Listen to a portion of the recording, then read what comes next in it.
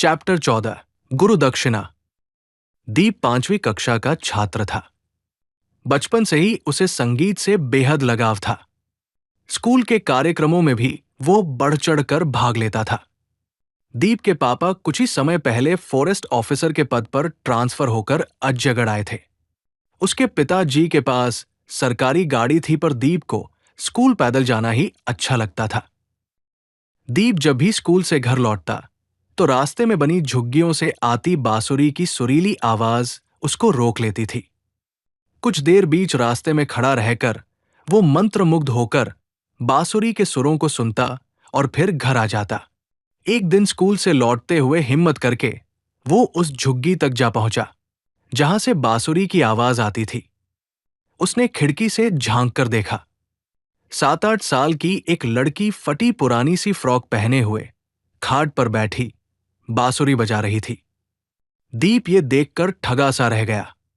उसे देखते ही लड़की बाहर आकर बोली, क्यों भाई, क्या बात है? किससे मिलना है? दीप ने आश्चर्य और उत्साह से भरकर कहा, तुम्हारी बांसुरी की आवाज सुनकर मैं यहां तक चला आया हूं। तुम बहुत बढ़िया बांसुरी बजाती हो। क्या नाम है तुम्हारा? तुम्हें बांसुरी बजाना किसने सिखाया है? अरे, तुमने तो एक साथ कितने सारे सवाल पूछ डाले। मैं रधिया हूं। मेरे बापू ने ही मुझे बांसुरी बजाना सिखाया है। तुम कौन हो? तुम भी अपना नाम तो बताओ। लड़की ने पलटकर पूछ लिया। मेरा नाम दीप है। मेरे पिताजी वन विभाग में अधिकारी हैं। पहाड़ी के नीचे जो बंगले बने हैं, मैं वहीं रहता हूं।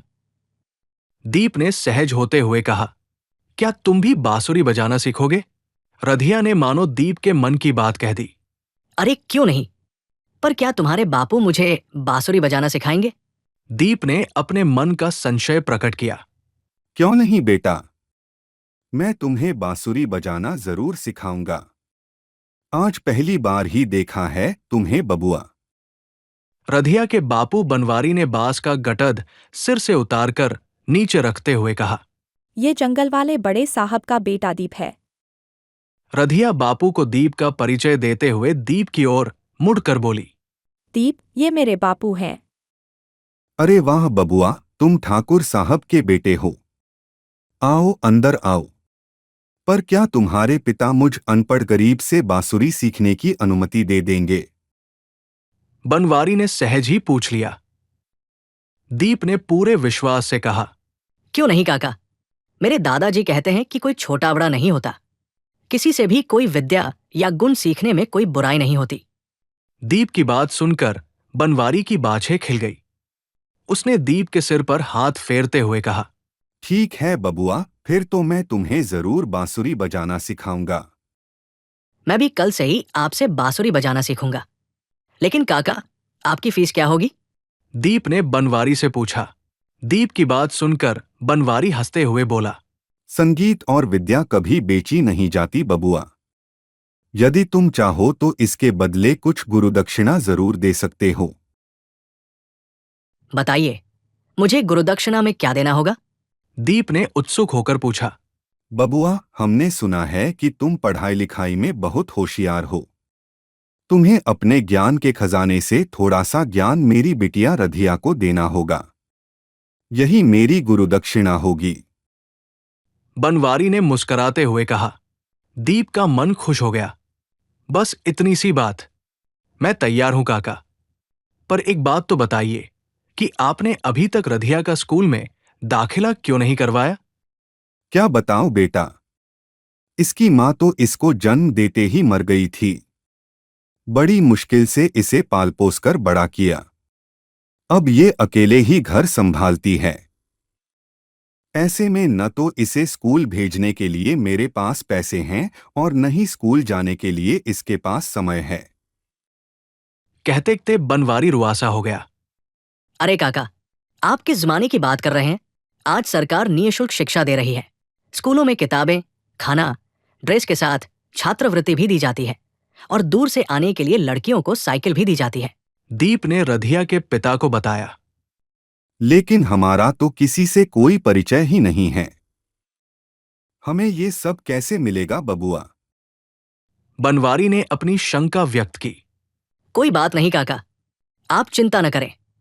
कल से ही हमारी क्लास शुरू हो जाएगी। आप दोनों कल शाम को 6 बजे बंगले में आ जाना। ये कहते हुए दीप झुग्गी से बाहर निकल गया। घर पहुंचकर दीप ने अपनी माताजी, पिताजी व दादाजी को पूरी बात बताई। सबको दीप की समझदारी पर विश्वास भी था और गर्व भी था। सबने दीप को शाबाशी दी। अगले दिन शाम होते ही रधिया को लेकर बनवारी दीप के घर आ पहुंचा। दीप ने दोनों को अपने परिवार से मिलवाया। इसके बाद प्रतिदिन बनवारी दीप को बांसुरी बजाना सिखाने लगा और दीप रधिया को पढ़ने लिखने की शिक्षा देने लगा। कुछ ही दिन में दीप ने बांसुरी बजाना सीख लिया। रधिया की पढ़ाई में रुचि देखकर दीप के पापा ने उसका गांव के ही एक स्कूल में दाखिला करवा दिया।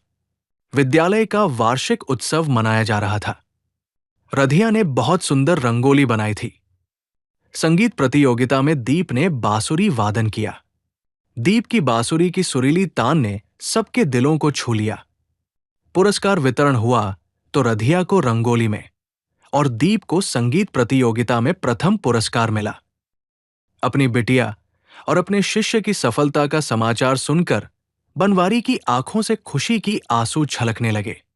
दीप के मम्मी पापा और दादाजी भी बहुत खुश थे। दीप की उदारता के कारण उन्हें रधिया के रूप में एक बेटी भी मिल गई थी और उसे पढ़ा लिखा कर पुण्य कमाने का अवसर भी मिला। दीप के पापा ने बनवारी को पुरस्कार के रूप में कुछ रुपए देने चाहे तो वो बोला, साहब, हमारी गुरुदक्षिणा तो बबुआ ने पहले ही हमारी बिटिया को पढ़ा लिखाकर हमें दे दी है। बस हमें और कुछ नहीं चाहिए। हमें और कुछ नहीं चाहिए। गुरुजी, मुझे भी तो संगीत के अनमोल उपहार के संग रधिया के रूप में एक छोटी बहन मिल गई है। दीप ने चहकते हुए कहा। ज्ञान के प्रकाश से और संगीत के सुरों से उस समय पूरा वातावरण प्रकाशित, प्रफुल्लित, हर्षित और पुलकित हो रहा था। सुधा रानी वेलंग